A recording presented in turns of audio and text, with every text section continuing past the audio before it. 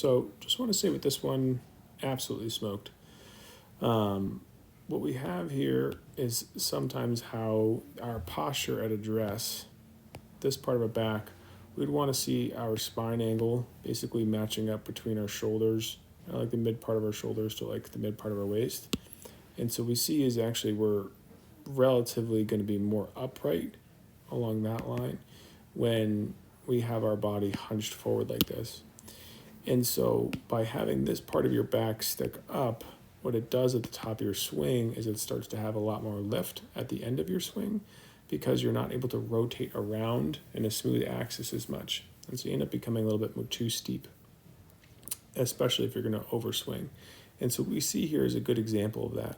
How if we combine that body position with the feeling that we want to have a really big swing, and this can happen for a few different reasons, but we'll just focus on that one, that when we come to the top in our first positional check, everything looks great.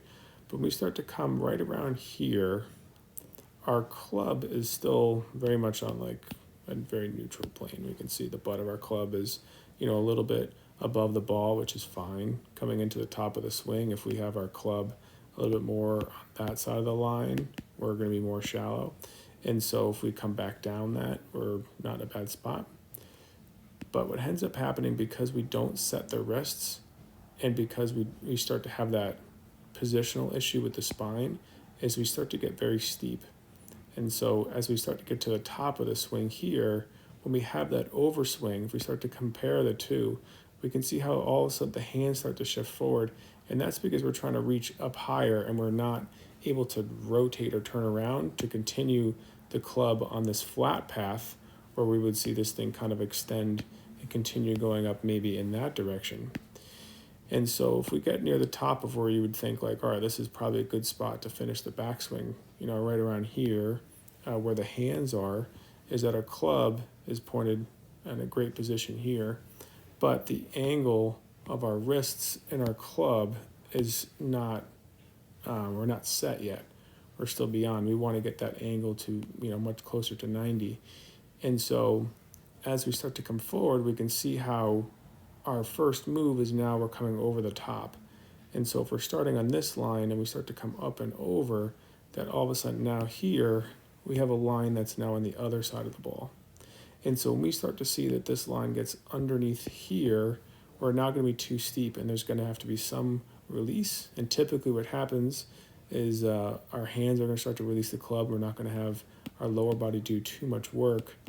And early extension can happen, and so we start moving off this red line too early and standing up, and the lower body kind of has to stop to allow the upper body move extra.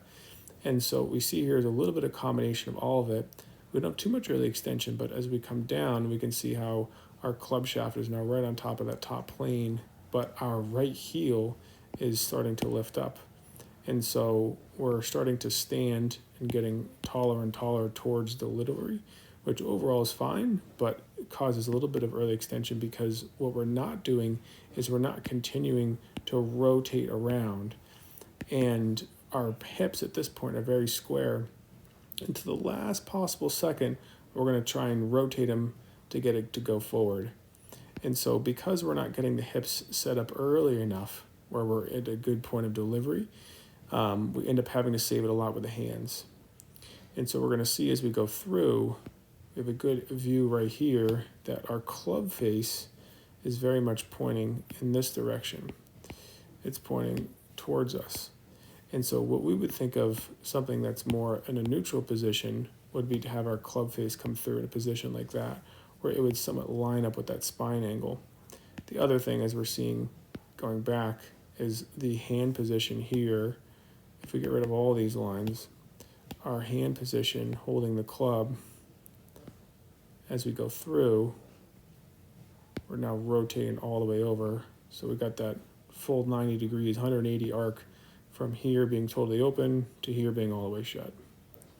So this isn't a bad way to swing. This is very tempo driven. And if you listen to the actual video of this guy smacking it, he definitely gave it a big old wallop. We get this reverse C kind of position. So in the face-on view, we would have a big arc front of looking all the way through here where we're leaning back on the ball in order to give ourselves a little bit extra time to flip it with the hands. And then the last thing, because we've stopped rotation, is everything's going to start to work upward. And so the finish of our swing is very high. And so very old school, it's totally fine to finish up like this. I think the problem that we can have, not only in some low back pain, sometimes if we get a little bit too bent over and the hands are having to flick, is that we end up kind of like sinking on top of that right side of your lower back. So you want to be careful of that.